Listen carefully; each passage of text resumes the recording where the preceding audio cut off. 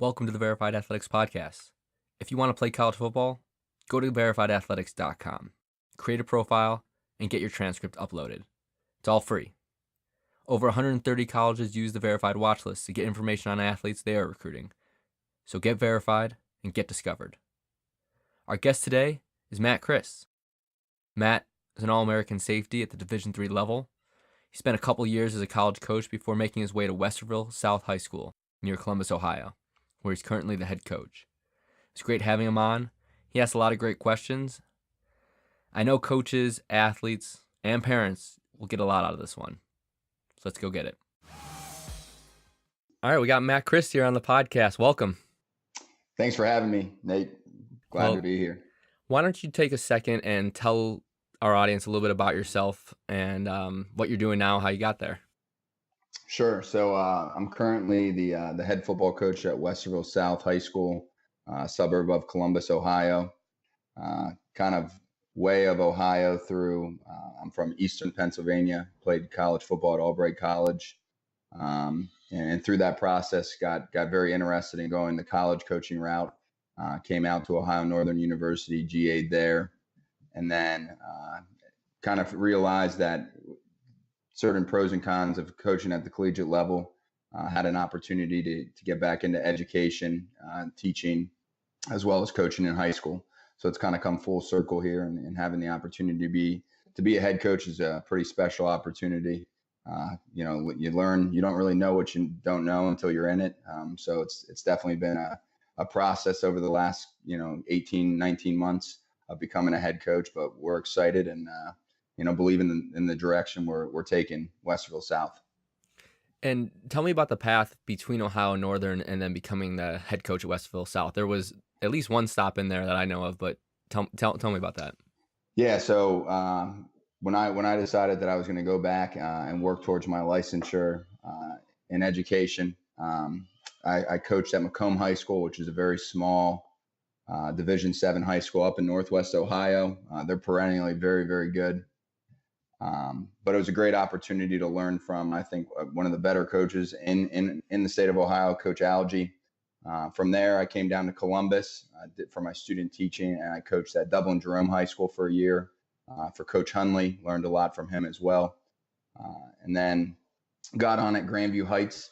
Spent the last 5 years at Grandview Heights as the defensive coordinator, associate head coach, and then had an opportunity to go chase the dream of being a head coach. And that's where we're at Westerville South. Just finished up our second year there.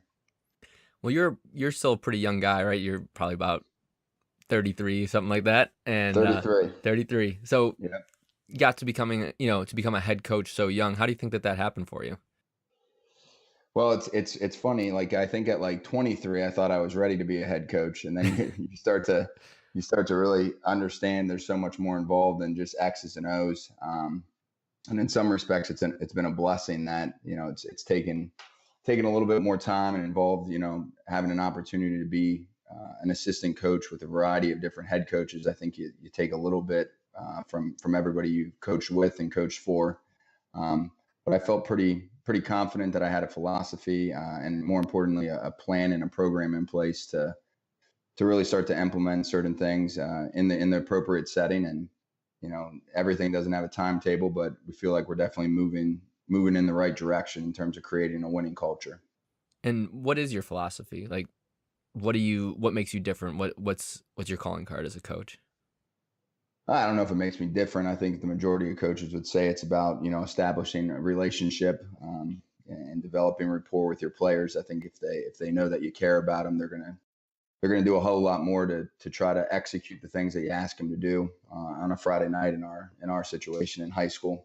But really, it's just about, in my mind, it's about winning the day-to-day battles and trying to get teenagers to understand that day-to-day process is really what separates good from great from elite. And in our day and age where everything needs to be right now, it needs to be starting right now, all state right now, whatever it is at every level. It's a difficult sell, a difficult understanding, but it's something that I really believe in and I think separates, the good from the great and so forth. What do you do to battle that instant gratification culture that you're describing there in order to get people to do a little bit of work every single day to achieve some long-term goal? And I think a lot of it is, and I think it's a difficult battle. I think it's an uphill battle with as much social media input that kids deal with the opportunity for them to express themselves at their fingertips. But I think having a conversation and making them aware of it is kind of step number one. And having conversations about, what do the best people do in a variety of different professions. And almost, I think for a lot of them, that's an enlightening process, that there's more to it than just right now, and that a lot of people have experienced, ups and downs. You're trying to get from point A to point B, but through that, it's not, a straight line. Typically, we got peaks and valleys and so forth. And I think for a lot of them, those conversations are enlightening, empowering. And as those conversations continue to progress, I think that they start to appreciate and have a better understanding of it. Do you think that can you think of an example of where like someone that you've coached or worked with has flipped the switch, or does it just feel more gradual? It's like it's a day by day like changing of someone's opinion on something, and I don't know, like it's something more tangible for someone to interact with. I think for a lot of people from the outside looking in, when you look at, for a football program, for example, it's very easy just to say, well, they've won a lot or they're not winning that much. You know what I mean? And from the outside looking in, it's wins and losses, or how productive a player is on offense or defense. But definitely when you're working with these kids day in and day out, and really in the high school I'm at, many athletes, are maybe a 2-sport athlete, but not a tremendous amount of 3-sport athletes. So you're spending a lot of time with them, whether it's the winter and the summer. But you can definitely see as they see progress in themselves in little things, that they start to appreciate that daily hustle, if you will, of, showing up on a consistent basis. In my opinion, we'll lift 3 days a week from now to the end of the school year, an hour and a half. If football is that important to you, 4.5 hours a week seems like a pretty minimal investment. And I think that kids are starting to appreciate that. In my experience, like 9 times out of 10, the amount that you can change that way an athlete like can like put the day by day ahead of the instant gratification is pretty small. And then every once in a while, you find someone that like it goes from not clicking at all to just clicking. And I haven't quite figured out what it is that does that. I don't know. That's like, I guess I'm trying to pick your brain about. Yeah, well, to be honest with you, I think if we knew that, we probably could be making a whole lot of money. You know what I mean? Teaching people that. I think a lot of it is, I also think, we live in a culture of immediate gratification, but also very low accountability at times. And it's not just teenagers. Adults, I think, are worse, and do a worse job providing an example of what it means to be accountable. But I think for the kids that it just clicks for one day, they kind of make a choice like, you know what, I am in control of X, Y, and Z.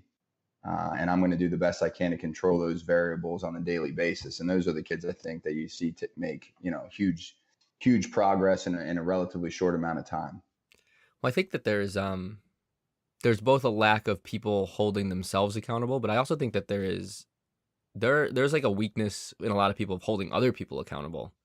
Yeah. And I would think like on a team, the less it has to come from you or say your assistants every single time to hold someone accountable, and the more that you can get people on the team to hold each other accountable, and you can like, so strengthening the skill for people to hold themselves accountable, but also strengthening the skill in your athletes to hold each other accountable. I think that that's important too.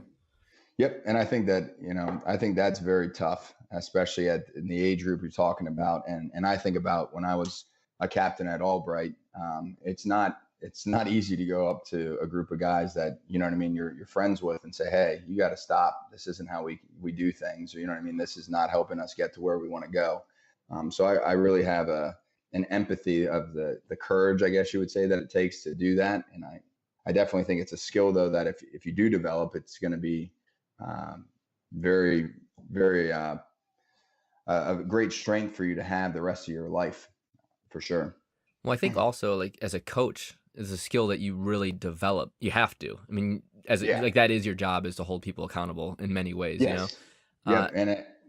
I was gonna say that to me, the value and the skill is to be able to hold people accountable and make them thank you for it, right? That's like the Right. skill, right? The skill is is Yeah. is to get them to like be really happy you did that, and that's hard to do. I think it's hard to do, especially when when you're 18 years old, or probably in your case, you're talking about 16-year-olds that haven't developed Right. that skill. Right.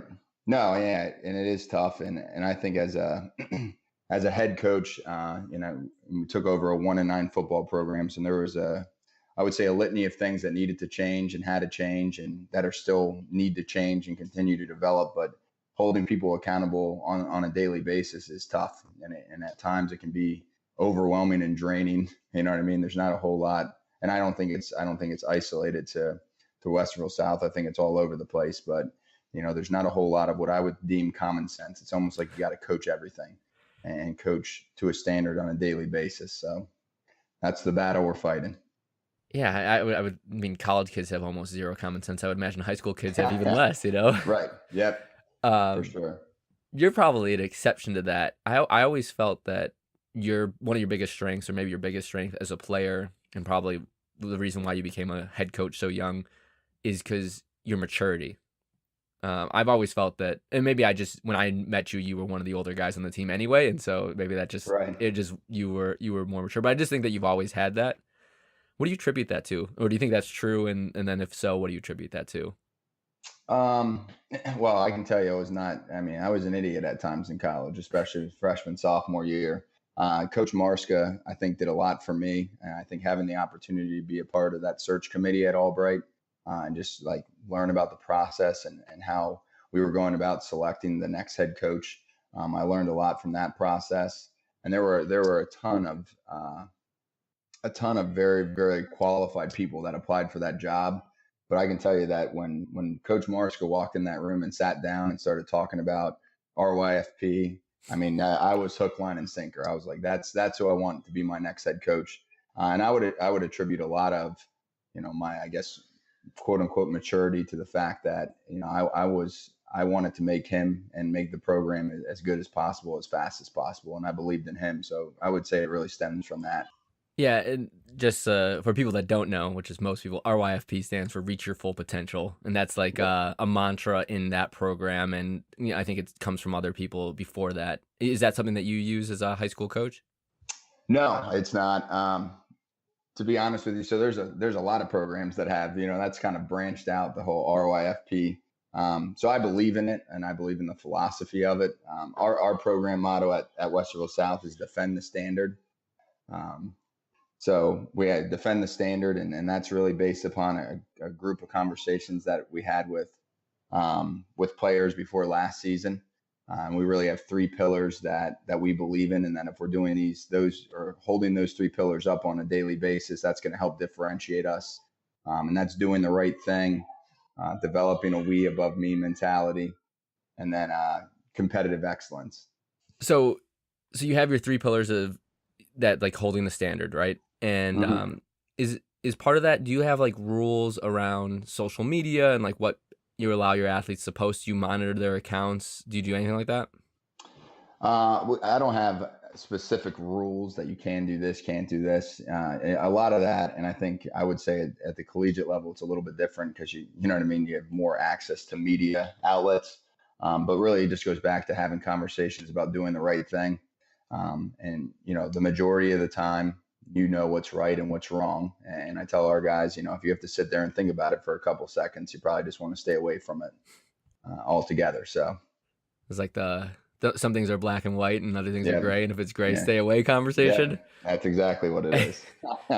No, that I mean, like that's good advice. I think like athletes follow it to the extent that they can. You know, Yes. Yep. do you have any like established discipline rules on the team? Like if you do this, then you get this type of setup. Well, to be honest with you, I've been under the mindset that you don't necessarily want to have very like hard rules because every situation can be a little bit different, and you don't want to as a coach pigeonhole yourself into, well, I have to do this because this is the rule. Um, and I'm starting to move. I think this off season, I'm going to sit down and really outline certain parameters for certain things. I haven't had that up to this point. It's been kind of, I again, some things in my mind are common sense, and they're not common sense in reality. So I think it's important to have, here's a choice, here's the result of your choice, here's your choice, here's the result of your choice, at least for some things. And I think other things, there needs to be more autonomy and flexibility on the coaching staff to treat, case by case. Do you worry that when you have that autonomy that you either could be doing it or at least could be creating the impression in people that depending on your skill level, you'd get treated differently? Um, I think that, yeah, it's a slippery slope in some respects. I also think that, especially this past year, I think as a coaching staff and I guess as the head coach, did a much better job of, you know what I mean. There's just certain things you cannot do, and if you do, there's consequences to that. And I think that that's going to help really spring forward, the culture in certain respects with respect to showing up and the way you conduct yourself on a daily basis. Yeah, I worked for one head coach that would basically, I think he explicitly would say that the length of your rope is somewhat dependent on your athletic contribution to the team. And that was like I think pretty explicit with the players, which I don't know if the players like responded to that and like thought it was at least refreshing that there was honesty, Right. or if it was just like, I think like maybe the overriding thing was like, this is shitty, right? It shouldn't be Yeah. that way Right. because there were players on the team that were starting running back, let's say, that would screw up a lot and Right. not a lot would happen, and then someone else would do something and the hammer would come down, and it felt unfair. Yep. um I think there's something like, the reason why it exists so often is because there's so much practicality to it, which Yeah. is like, at the end of the day, you're like doing an equation that says these are all the good things that someone's bringing to the table, these are all the bad things that they're bringing to the table. As Right. long as the good still is outweighing the bad, then it's Right. keep them on the team. And then as soon Yep. as the balance goes the other way, then maybe not anymore. And so like, I think everyone gets that, but it just doesn't seem fair. No. Yep. And it is tough. And I know from you've coached long enough to have an appreciation that it's very difficult to make some of those calls. And, sometimes you get to a point where you have to let a guy go, or you have to, you know what I mean, be more, I guess, aggressive in terms of discipline, because a kid seems like they're really not getting it, or almost to a point of taking advantage of the situation, of the group. So I try to go back to, when I first got hired, I wrote down, always do what you think's best for the program, regardless of what, maybe outside influencers are saying. So I try to use that as my guiding light, in those tougher moments, for sure. Have you ever had to kick someone off the team? Yes. What did, maybe you can't say, but what did they do? Or could you I would generalize it say, enough? I would say just in general, especially at high school, and I know Coach Marsko was big on this as well. That's got to be like a last resort, is to remove somebody from the team, because at the end of the day, athletics, we're trying to help young people develop into better young people. Um, so as long as there's some growth and some understanding that we're working towards a better version of ourselves, I feel like for the most part you can be a little bit more patient. But for me, when it gets to a point where you have somebody that's then influencing a larger portion of the group, I think that that's time where you have to make those tougher decisions. Yeah, I always found that to be a difficult balance and something I swayed a lot back and forth on during my career, which is how much rope do you give someone that is like not doing their part, right? To like, Hmm. they're screwing up. It's one thing if someone's screwing up and they're trying to get better, but it's hard for them and you see that effort. But then there's other people that just don't seem to be capable or able to give the effort to even try to get better. Right. And as a college coach, I know when I was 23 years old and just getting started, my initial thought was just get rid of them, right? Right. Like, there's plenty of other things to worry about. Don't worry about that thing. Like, almost it doesn't matter how good they are. Just get rid of them and focus Yep. your energy on the people that are, where that Trying energy is going to go hard, and somewhere. yep. Yep. And then as I got older, I felt like, God, aren't those the players that need you the most, Right. right? Aren't Those are those the kids that need football the most? yeah, Yes. they need football. They need your influence, because like if they can't shake this bad thing about them, Right. they're not in for a good life, right? Right. Correct. And if like, I almost felt like I was as capable as anyone to be able to reach and get those guys to become better versions of themselves. And Right. so it just, I think I'm like still like now I'm stuck in the middle. It's like, how much energy do you want There's to put towards that guy versus everyone else? And like, how much do you Yep. want it to cost, like what you're giving to the people that really deserve it, in a lot of ways versus the people that need it. I guess that's really the Yeah. balance. It's people that deserve it and people that need it. Yep. And again, I don't know that there's a right or wrong answer to that. It's almost a case by case basis. And yeah, what are you bringing to the program? You know what I mean? It's one, and like in my mind, if a kid's a phenomenal student, a great person, but they're probably, I don't know if they're ever going to contribute on a Friday night. That's, you know what I mean? There's always room for kids like that. You need kids like that in the high school program. But on the flip side of that, you have a kid that's maybe talent wise through the roof, but has detention 3 times a week. And, you have to worry about if they're going to be academically eligible every other quarter. I think those are tough. And, I keep going back to, we're trying to develop better young people. That's kind of the spirit of high school sports, especially. But there's definitely a thin line to try to maintain with that. Yeah, I think so. What do you do when you're in the recruiting process, right? You have that athlete that you just described. He's talented, right? College Yep. coaches are coming in the door because they see his talent. They recognize it. They want to recruit him. But Yep. you know that the kid is a mess, right? He's, I mean, grades is kind of an easy cop out, I think, for high Right. school coaches. Like, it's easy when they don't have the grades. You can just say, well, they don't have the grades, and you don't have to get into it. But let's say their grades are good enough. Right. And like, how much of an obligation do you feel like you have to the college coach to be really honest about the athlete, and how much are you tempted to hold back on that for any reason that you could probably spin off better than I could? Right. Well, I think there's part of it's the relationship you have with the college coach, Yeah. the rapport you built. Part of it too is I haven't ever had an athlete yet that I just wholeheartedly am like, this kid is that big of a mess that, you know what I mean? If he's getting opportunities. So I try to be honest in the fact that, for example, I might describe a kid as hot and cold in terms of attitude, effort. But again, I've never had a kid that I just flat out, I'm like, I would not touch this kid. You know what I mean? From a recruiting standpoint.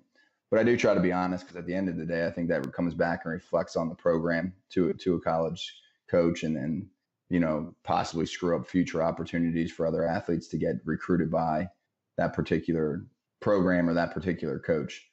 I also think college coaches think that once they get them on campus and can put their thumb on them, that, you know what I mean? It's not really a deal breaker either way. Yeah. Well, I think also for a college coach, there's like an element of that, but there's also an element of, well, like, how much of this is just this high school coach is more honest than the other one? And like, if I Right. downgrade this guy for that reason, then, I'm probably just taking some other kid that's doing the same things and the high school coach just didn't tell me. That's true as well. So it's like, how Absolutely. much do you want to like weigh into that? I guess I find this to be the case across the recruiting process altogether, which is like there is a mentality. I think college coaches much more so than anyone else, but I think you just described it, where there's like an honest but positive approach Yep. to every conversation, which Yep. I think really gets in the way of real honesty. Right. I would agree Um, with that. and I, it's like it's such like a people avoid that real honesty, and I have my own thoughts as to why, but I'd be curious to hear yours. Like, why do you feel the need to be honest but positive instead of just honest? Well, again, I haven't had an athlete that I'm wholeheartedly would be like, I don't think you should recruit this kid. So I can only speak to the players I have had. I feel part of my job as a head football coach at the high school level is to help these guys get recruited and to help these guys have an opportunity to play at the next level, whatever that is. Division 1 through Division 3, if that's their vision and their passion, to help them chase that. And I also think that when you're working again with 16 to 18-year-olds, you know what I mean? There's just a maturity that maybe still is ongoing. And I think that's okay. You're going to have knuckleheads. They're teenagers. They're going to do things that you don't want them to do. I think that's something you got to be comfortable with. I'm sure it's the same way for college coaches. You know what I mean? You're going to deal with some hooliganism, right? And then you just kind of, you teach, you grow, try to help them grow, and you keep it moving. So Yeah, but I guess I don't know. I felt like that didn't answer like my question, which was why would you? I guess maybe you're saying that you don't ever hold back anything, or like have that honest but positive approach. And if that's the Yeah, case, then I think what you're asking, and again, I haven't had anybody that I feel like I should tell a coach, hey, I wouldn't recruit this kid here. You know what I mean? Here's why. But I would say, to answer your question, just I guess overarching, why are those conversations typically positive? I think it's because as a high school coach, you don't want to take away an opportunity from one of your kids. yeah. And I think as a college coach, I think you get the same thing, right? Because as a college coach, you're recruiting an athlete, and you always want, and even like when you're talking to the high school coach, you want to be honest but positive, right? If the high school Right. coach is asking you like where they stand in the recruiting process and what's going on, Right. it's Sure. usually a little bit rosier of a picture than probably like what the coach would say to the head coach at their own school, right? Yep. Yep. You're not getting the same conversation, Right. and that's hurting people. It really is, and I think there's like lots of pieces of it. I think that there's a sensitivity to actually hearing the truth for a lot of people. Mm-hmm. So as a college coach, I know when I was dealing with high school coaches, I would be really careful to not offend them, essentially, by saying, we're not going to recruit your athlete. Right. Even that's really what they need to hear, I Right. think. And so you'd say it couched in language to try to be still honest, but positive, and, Yeah. it's like a covering your ass kind of thing. Cause I just know that I want to go back to this coach next year. I Right. want them to be excited to see me and want to like give me the lowdown on like their guys and the guys in the conference and build a relationship. And that one comment about, usually this is like for most of these cases, this is the guy the high school coach loves. Right. And all the reasons why the high school coach loves them are the reason why they're probably not going to get recruited, was because the reason why the athlete is good is because like the reason why he plays well is because he has all the other attributes other than like the physical like Right. skills that like you're really looking for as a college coach to recruit someone to play, let's say Division I or something like that. Yep. And so the high school coach loves this. This is like their favorite guy because Yep. he works his ass off and he's always like in the weight room and he's the leader and he does. And so you have to tell the high school coach that you're not going to recruit the guy. And Right. you have to do it in a way though where the coach still likes you. Yep. Right. To maintain that relationship for the next year, which you might have a dude. Right. And I just Yeah. wish that like I didn't have to do that. I wish I could, Right. because I really think that the thing that's really helpful is the truth. Right. It's not because I want to be a dick or anything like that. Right. I want to be as helpful as I can be, and I am limiting, I think, how helpful I can be because I'm so afraid of the sensitivity, how sensitive you're going to be to taking the news. Right. I mean, Yeah. like as a high school coach, do you have experience with college coaches like along those lines and that you could relate that to? I guess, I'm really only going into my second real recruiting season, if you will, this off season. So it'll be interesting, seeing guys for the second time through. I feel like I have a couple of pretty good relationships started with several college coaches, but to me, it's, I try to be like as honest as I can be answering questions that they have about an athlete, and I take their feedback equally as to me. I'm very open to having that honest conversation. We probably have a lot of agreement in certain areas, I'm sure.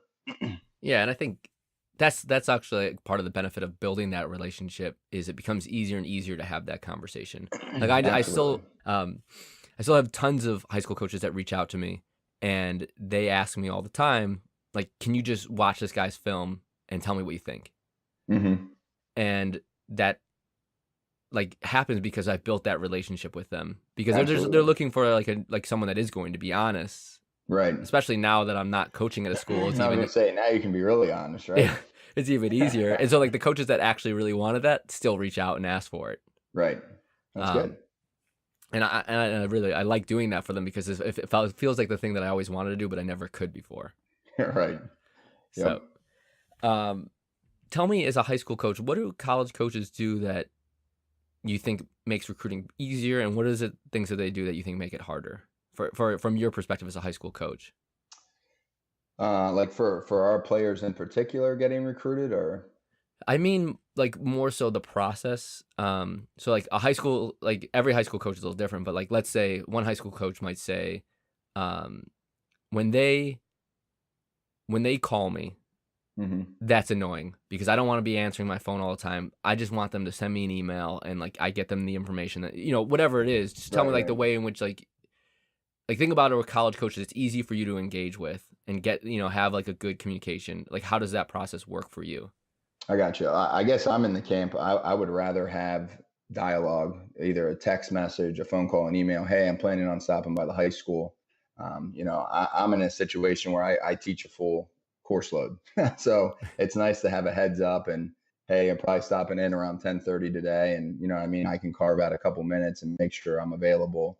So I like having a heads up and an awareness of who's coming in when, who are they interested in seeing, you know what I mean, during the day. I guess that's from a teaching perspective. I think the hardest thing is most college coaches roll in around the same time every day, so you're taking the same kid out of the same class, you know what I mean, Yeah, multiple times throughout a 2 week window or whatever. I wonder why that would be. Like, there's nothing about the recruiting process the way I would do it that would make it likely that you'd be at the same school at the same time. Other Right. than other than like the only thing I can think of is if all of the other coaches in your area all have like specific times Yeah. that they want coaches. Like let's say the two schools nearby you are Right. specifically targeting they want the guys there at 11:30 and the other coach wants them there at 9:30 and you're in between those two schools and you're going to get the guy at 10:30. Right. Yep. So Yeah. I don't think it's that either. It just seems to be that's it's typically mid morning yeah. that guys come in. And I worry about for some of our student athletes, they don't need to be missing 30 minutes of class or 15 minutes of class, and certainly not the same 15 minutes of class multiple times a week. So Do you get resistance from other teachers where this is happening to them? um so we have an athletic secretary that will send for kids. So I think depending upon who it is, you know what I mean, you'll get some grumblings. But I also feel like, here's an opportunity for this kid to go to college, right? Possibly to get part of college paid for. Like, you got to give them that opportunity. So I think part of it is as well, when college coaches ask me, hey, can I meet with A, B, and C? You know what I mean? Making sure, if I already know that C is planning to go somewhere, you know what I mean? There's no point in ripping them out of a class over and over and over again. You know what I mean? There's information that I can pass along, sure. So try to be somewhat of a buffer, I guess, for my guys. How do college coaches react to that when you're reluctant to let them see someone they want to see?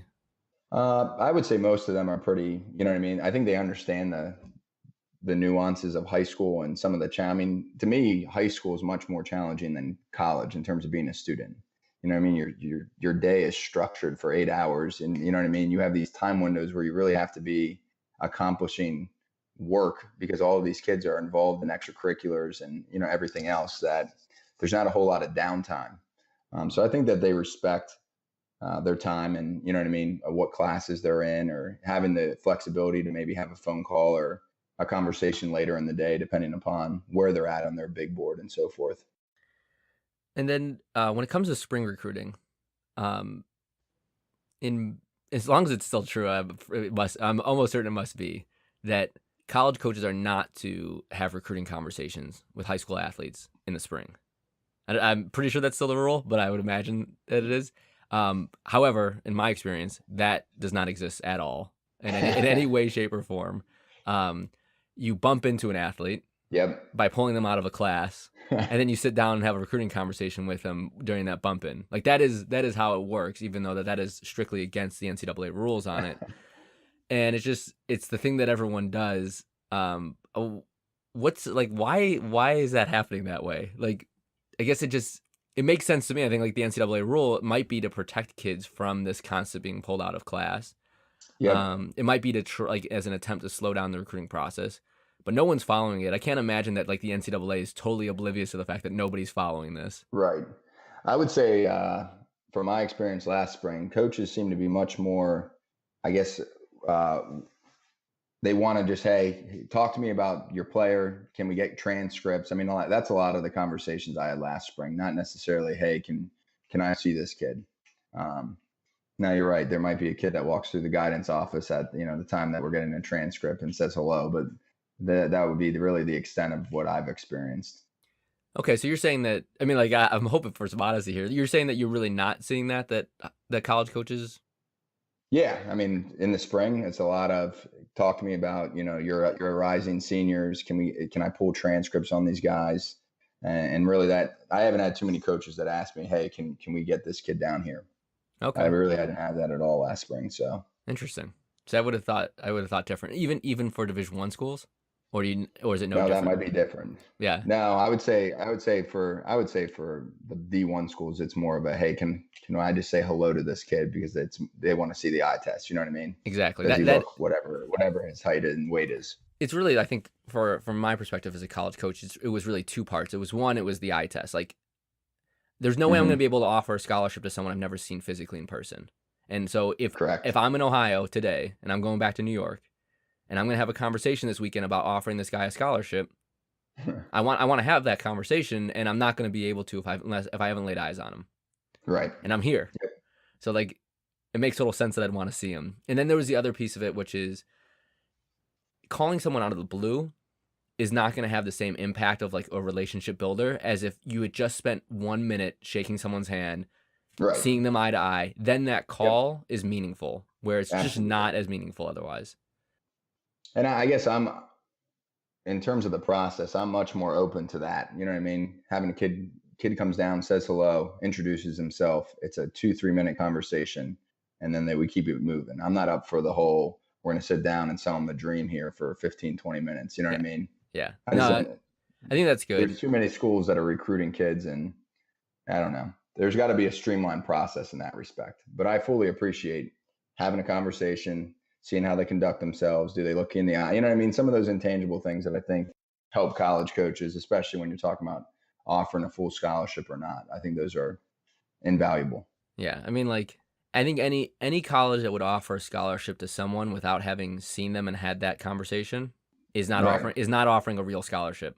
They Right. are offering a, this is to keep us on your This might be list, here. Right. and we'll figure out later whether or not, when you actually try to commit, whether or not you can. Right? Right. Have Yep. you ever had to deal with that so far as a high school coach, where you've had guys that have had scholarship offers that were like seemed to disappear, or like the coach wasn't calling them anymore, things like that?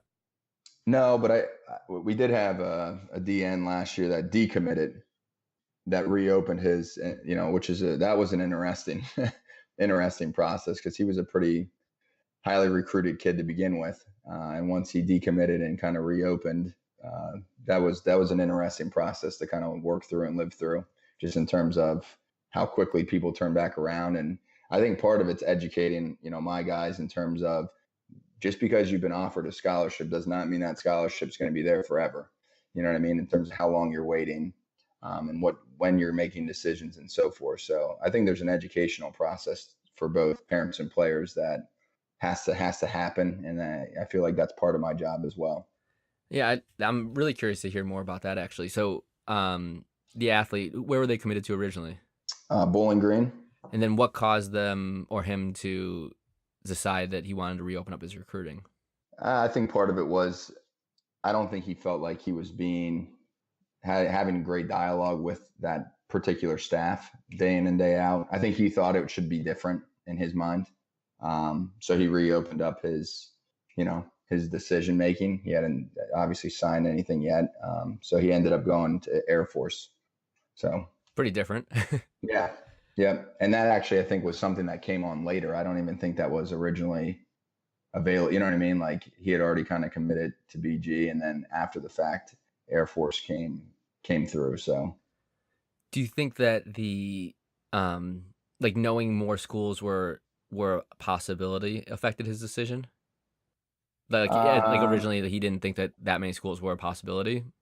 no, because he had a variety of offers. I don't know, 15 to 20. You know Okay, what I mean? Before that, so I don't know if it was. I think some high school players, there's a burden that they're carrying. You know what I mean? And it's almost like when they verbally commit, it's like it kind of goes away.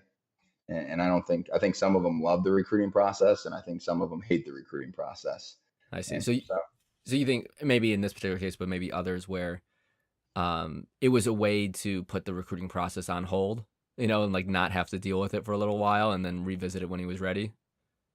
Yeah, and I'm not even saying, I think it was Bowling Green to start with, and then for whatever reason, I don't want to put words in his mouth. So, but I think it's just, part of that process. I think for some kids though, committing early and getting it over with, if you will, you know what I mean? And it's kind of like, here, I'm going there, leave me alone. Right. And then for others, they really appreciate and enjoy all the bells and whistles that come with it, which I can understand as well. So Yeah, well, it's a unique experience for that sure. that doesn't come back really ever again. No, nope.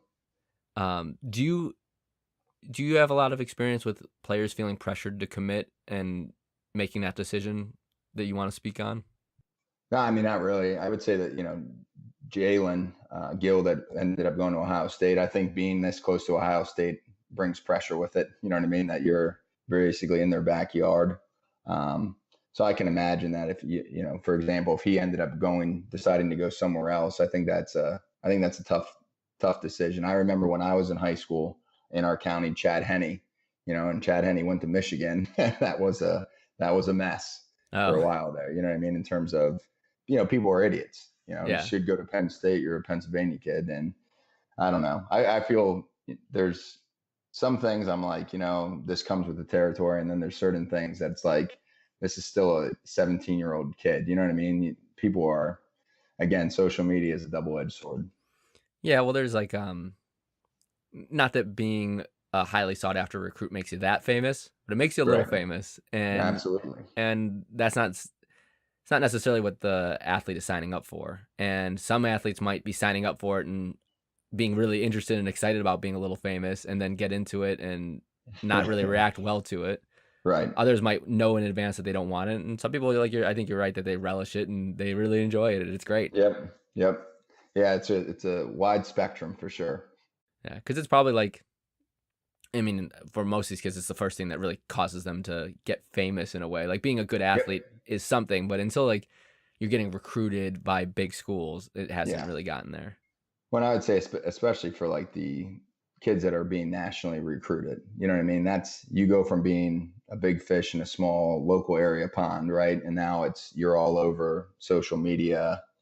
I mean, it's different than it was 10 years ago with how social media plays a role in it for sure. Yeah, going to the social media point, this is something I've been thinking lately. Is that I think it was always a challenge to as a Division 3 coach, Hmm. um, to get athletes interested in Division 3 schools because I always thought like a big part of it was that it's not as cool to tell your friend, you Right. know, and like they want like at their school they're a great athlete, and so everyone's like, oh, where are you going? Where are you going? And it's disappointing to the listener to hear some school that either they've never heard of or just seems small, Right. without recognize like that person has no Right. can't recognize how big of a deal it is, how hard it is to even get that far to get recruited at all, and like Yep. and so like that feeling of constantly disappointing people or like wanting to avoid that, I think is like something that holds back on athletes from like being ready to talk to Division 3 schools and take them seriously, probably like Yep. when they should be. Um, Hmm. and I wonder if social media makes that worse because now it's like your persona, your presence is like the thing that you're trying to curate and put out there to the world. And it's just not as cool to like have that Right. be for no good reason really other than that's just how people Perception. are. Yeah. Yeah. Yeah. But like I wonder if that makes it harder or worse. I don't really I didn't I only coached Division 3 like 10 years ago, so like I don't know it as Right. well, but I bet that's a thing. Yeah. And I don't know if and I've had a couple conversations with, there's obviously very good Division 3 football. There's very good Division 2, Division 1. There's also very poor Division 1, Division 2, Division 3 programs. And for whatever reason, there seems to be this, if it's not D1, it's no good. You know what I mean? And I don't know what percentage of high school football players go to play in college. I know it's low, regardless of the division. So, and I think part of the focus and the narrative needs to go back to, are you enjoying the high school process of being a high school student athlete? Are you enjoying playing football? And wherever you end up, if you have that opportunity to play at the next level, like with huddle and social media and all these summer camps, like you're not, nobody's missed anymore. You know what I mean? Like they're gonna find you if you're that good, if you have that many intangible raw skills. people are going to find you. So it's almost going back to appreciate the process, appreciate getting to play high school football with guys that you've grown up with forever. And then if you really love football and that's your opportunity to continue playing, then you have that choice. And Does how that make many, sense? yeah, how many camps would you say that your guys are going to? Like summer camps and things like that? I try personally. I think if they hit like 4 or 5 camps through the month of June, I think that's pretty good. I know some kids do a million camp. You know what I mean? It's part of it is when you show up to a camp, that needs to be your very best. You know what I mean? You can't go, in my opinion, you shouldn't be going back to back camps where the second day, you know what I mean? You're probably significantly, more fatigued. You're not as crisp as the day before because some of these camps they're pretty grueling, the things that they put these kids through. So I think you need to be very practical about where you're going. You know what I mean? I know like Toledo and a lot of those MAC schools, they do a good job of bringing in a ton of college coaches from all different levels. To me, that's a great opportunity to get in front of a variety of coaches, especially early on. And if you haven't picked up any offers or you're not, you know, being highly recruited or have a whole lot of conversation with coaches, I think you need to at least start by going to some of those Division II, Division III camps to get some exposure and try to get the ball rolling for yourself. Yeah, I wonder about that. My typical advice would be that it's not worth going to Division II and Division III camps. Well, what I'm saying like going to Toledo, for example, I see. where they're bringing in Yes. 30 coaches. I think that's the biggest bang for your buck as well as the biggest exposure, instead of going to I agree with you. I know like some of those satellite camps now, though, like Minnesota was with, one of the OAC schools. Right. So, I guess there's an opportunity there, but I feel like the more coaches you can get in front of, the better. Yeah, that's true. I think that that's definitely true, but I also think that some athletes make the mistake of thinking that, all right, there was a list of 50 schools that are going to be at this camp, and then they basically just like check them off the list. Like, yep, I've seen them. Like they've all seen me. Right. Like that's not really how it works. You might get one of the coaches from one of those schools, and I still think that those places are good to go to because you probably will get 5 to 10 colleges to take like a decent look at you. Mm-hmm. But like I think that some athletes they think that they're getting more exposure than they probably really are at those places. But I do think that is the way to go. I always tell guys that they should go to at least one of those. Yep. And get their, and really just find out like at the end of the camp, what coaches are coming up to talk to you. Right. Right. And that'll give you a real sign of who's interested.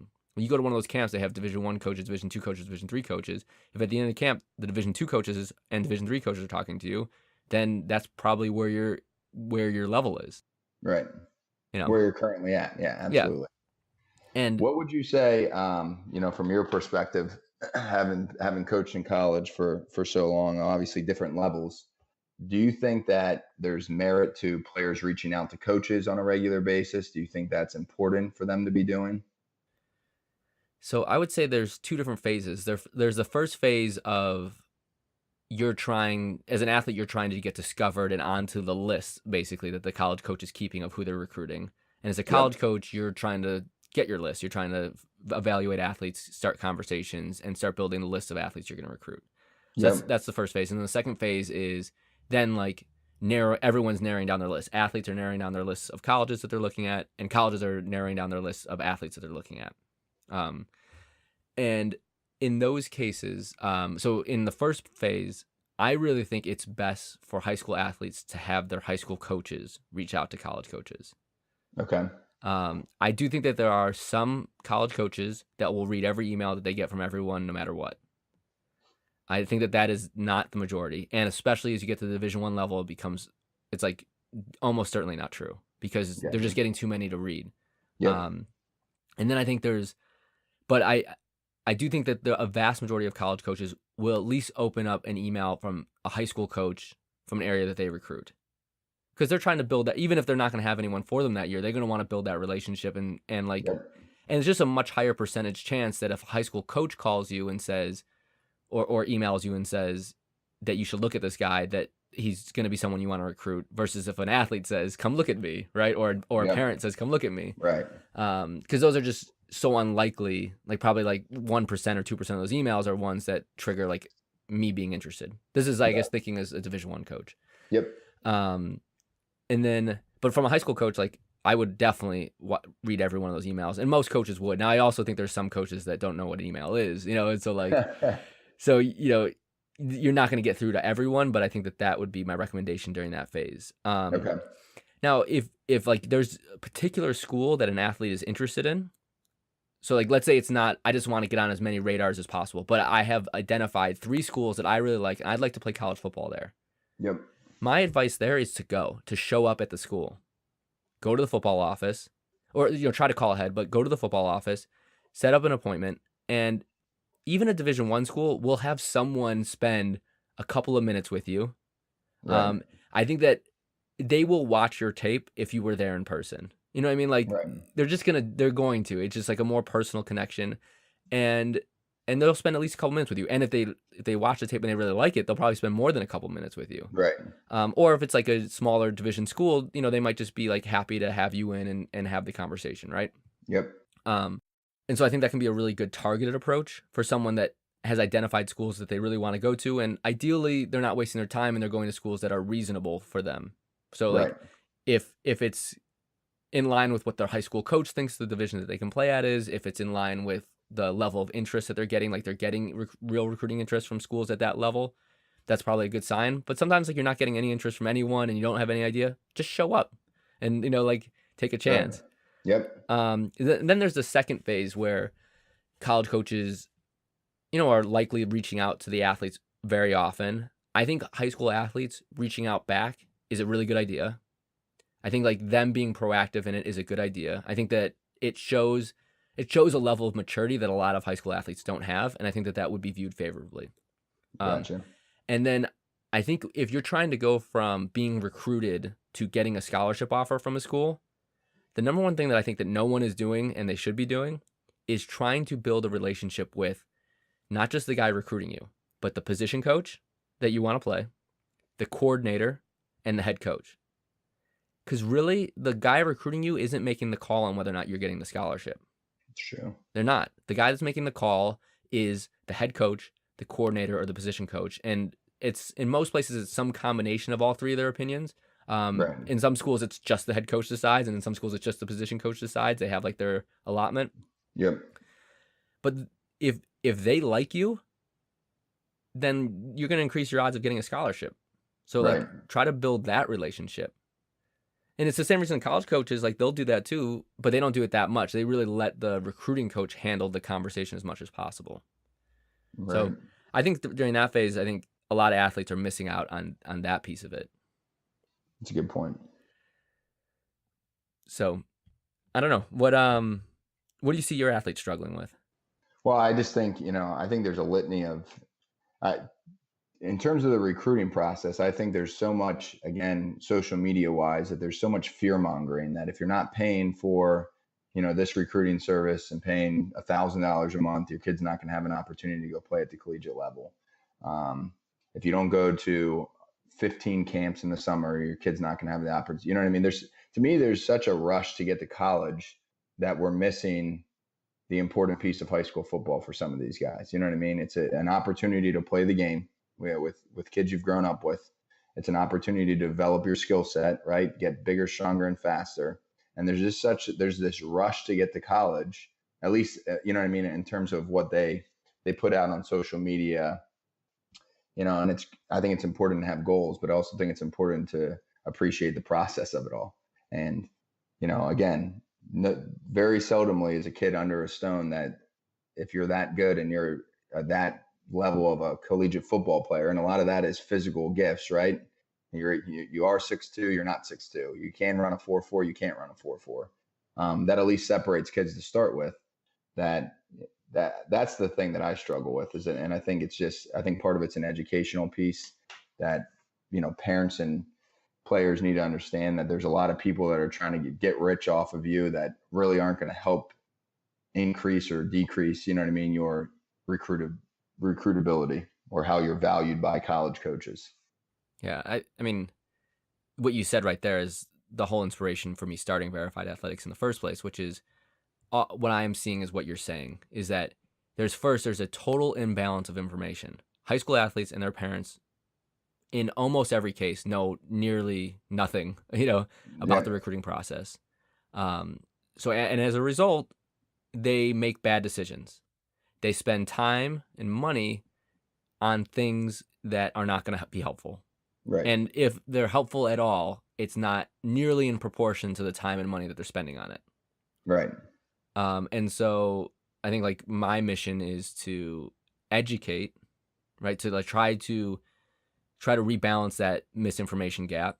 And then Yep. second, to offer something that's free that actually can be helpful as I can be in my position, which is trying to gather relevant information that college coaches are really looking for, get it to the college coaches, and then let the college coaches make the decisions for themselves. Like this Right. idea that you're going to hire someone and that they are going to convince a college coach to take you that otherwise wouldn't that's not reality, right? Right.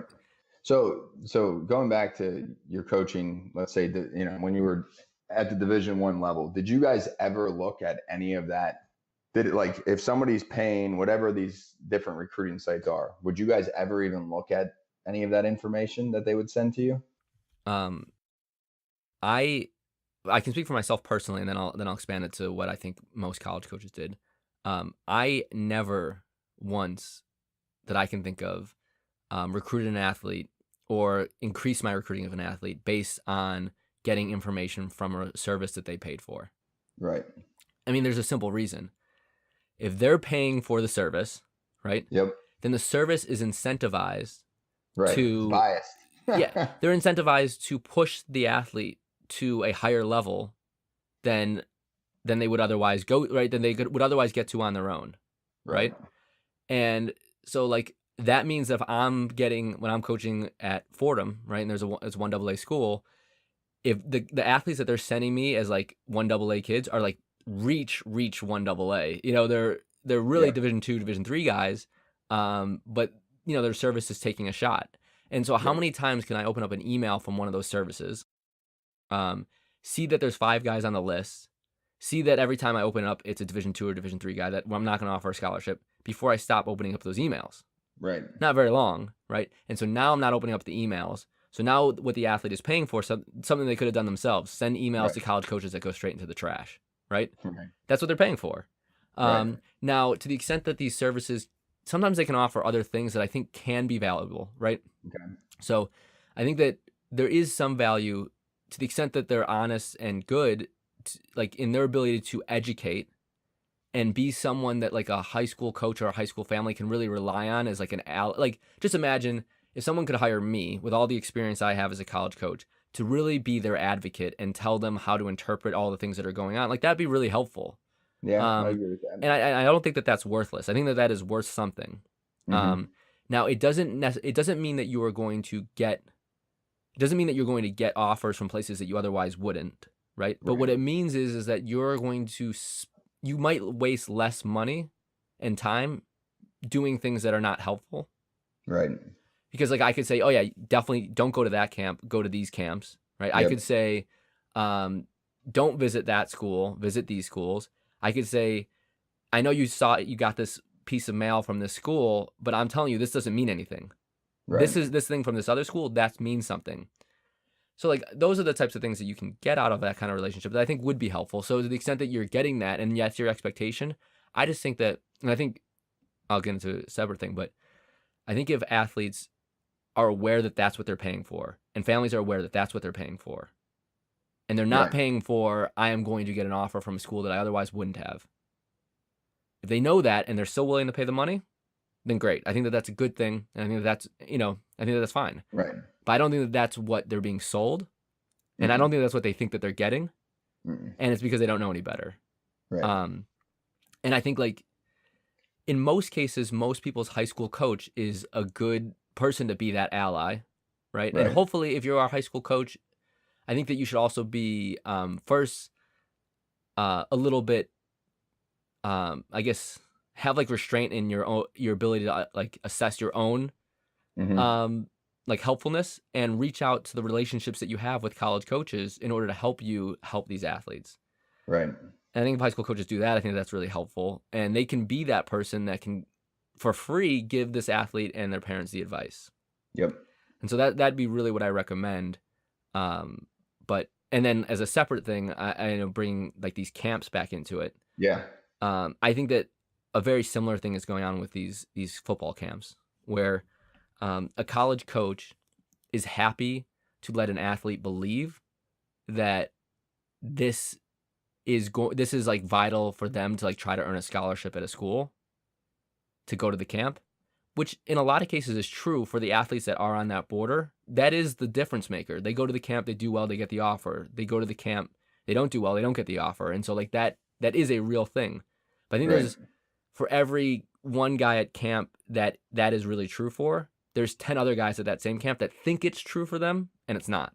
Right. And the college coach is happy to let those other 10 guys think it for a couple reasons. One, because kids pay for those camps, and guess where that money goes? Into the coach's checking account. And the second thing is, this goes back to the honest but truthful conversation where it is true to some extent that the athlete will increase their odds of getting a scholarship offer by going to the camp, because it might be 0 without it, and it might be 0.0001% with it, under Right. the weird chance that like the athlete is way better than everyone thought. Right. And so it's easier to say that than to say, listen, you're not good enough. Don't waste your money. Right. That is a hard thing to tell someone, because it really only hurts you as a college coach. And so you're just Right. you're not incentivized to have that honest conversation. Going back to the camps, what's your, I guess, suggestion about camps that kids should attend? How many? Yeah. So I think going to one major Division I school that is going to have a large group of coaches from other divisions there is good. I think it's good because you're going to get in front of a bunch of coaches, and you're not going to get in front of nearly as many as you think you are by reading the pamphlet of who's going to be there. But you will Right. still get in front of a lot of coaches from all different levels. And so you have a decent chance of getting some interest in you. And you're also getting a great opportunity to figure out who it is that is likely to recruit you. You're going to get the best sense by just literally what coaches are coming up to you and wanting to have like a personal conversation with you after the Mhm. camp. That'll give you as good of a sense as anything on like where you kind of stand in the recruiting process. Or like the coaches that are seeking you out to like find you and have the conversation with you even before the camp starts based on your film, and like they know you're going to be there. Yep. That's also a good sign that they're really interested in recruiting you. And Yep. so like I think it's great to go to those camps for those 2 reasons. And I think for a lot of athletes, like they want to take their shot at the Division I school, even if that's Sure. not for them, or maybe it is for them. And then I would suggest that I would go to, I'm thinking like if this was my son or my brother or something like that, Yep. or my cousin, I would tell them up to 5 Division I schools that are showing you legitimate interest, and could be the difference between not getting a scholarship offer and getting a scholarship offer, right? And so I'm saying if the college coach is giving you a phone call, communicating with you regularly on social media, right? Because that's what's Yep. going on during that phase. Then they're probably like realistically they're recruiting you. If the college coach is spending time to try to like really get you, then they're recruiting you. And so I Yep. would then pick like the 5 Division I schools, so that includes FBS and FCS, Yep. that you like the most, that you're getting interest from, and go to those as well. Up to 5. What about kids that are not getting actively recruited by Division One, BCS, I just FBS? I don't think that Division II schools and Division III schools really recruit based off of their camps Okay. like Division I schools do. And our surveys of coaches stand by that statement. I just like, for the most part, like those camps can be good for development. And like Right. if there's a school like you kind of just know you really want to be at, the other thing that you can get out of going to one of these camps is this is your opportunity to actually work with those coaches. Right. And so it could be informative to you to determine whether or not you actually really want to be there and be with those coaches for 4 years. Yep. So to the That extent makes that it sense. helps, and you visit the campus and you play and you check out the facilities and you get like this real interactive experience. So to the extent that it is going to help you to make the decision to go to that school, then I think it's helpful. But to the extent that you think it's going to make the difference in getting that scholarship offer, I don't think it's, or roster spot in the case of Division III school, I don't think it makes that big of a difference. I don't think that most of those Division II schools and Division III schools are recruiting the guys that in the summer don't think they're going to Division II and Division III schools for the most part. Right. That's true. So, they're just, for good reason, those camps, and that's honestly, that is why these Division III schools are partnering with these Division I schools, like you mentioned, because that actually gets the athletes in the door that they're really going to be serious about recruiting. Because, Minnesota might have had 4 or 5 guys there that they were serious about, but another 100 showed up that, 75 of them might be Division III guys. And so that's great for that school to get those guys on campus and evaluate them and all that. Absolutely. So, that'd be my thought on it. And I will say this, that the place where I'm the least confident in saying that is Division II schools, because I've never worked at a Division II school.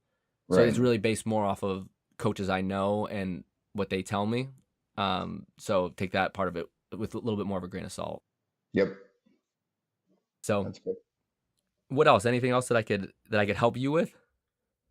I mean, so outside of just, opportunities for exposures for my high school athletes, I think creating more of a dialogue with college coaches that they're interested in, right? Or that have shown interest in them, opening up that line of communication, being mindful of, you would agree with, it doesn't make sense to go to 10, 15 camps in the summer, right? You want to pick whatever, 5 and be your best at those camps. And then is there anything else in terms of the process that would help with opportunities for exposure that they should be doing? Yeah, I'll give you one sneaky thing that not a lot of people are doing, but I think it's really smart. And maybe it's just the coaches I coach with that respond to this kind of stuff well. But usually Division I athletes are really athletic. They can do things. They can do things that other people can't. Right? That's what makes them Division I athletes. And sometimes that comes through well on film. Sometimes it comes through less well on film.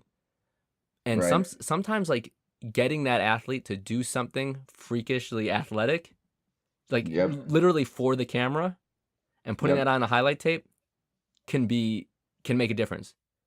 So I know this. I could watch 2 corners, right, which is the position I coached. Watch their tapes. They could be identical. But if one of the corners tapes starts with them, doing a 360 dunk, right, that is going to help him in the recruiting process, right? Yep.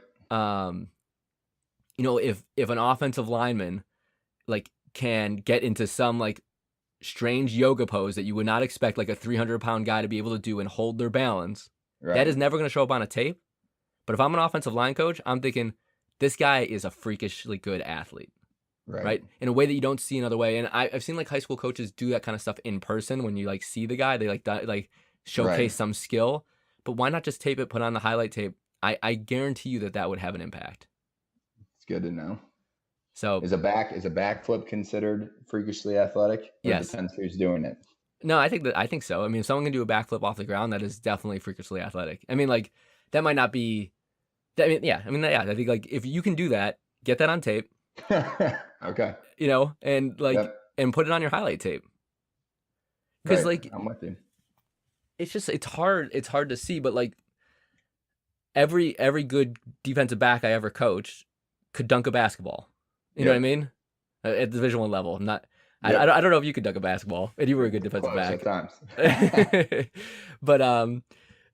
But yeah, like they all could, and the better ones usually could be more impressive with it. Right. And so like for what that's worth, like I know that, and so if I see someone that can do that, I'm more likely to associate them with the athletes that I know that are good, and so that'll help. That makes sense.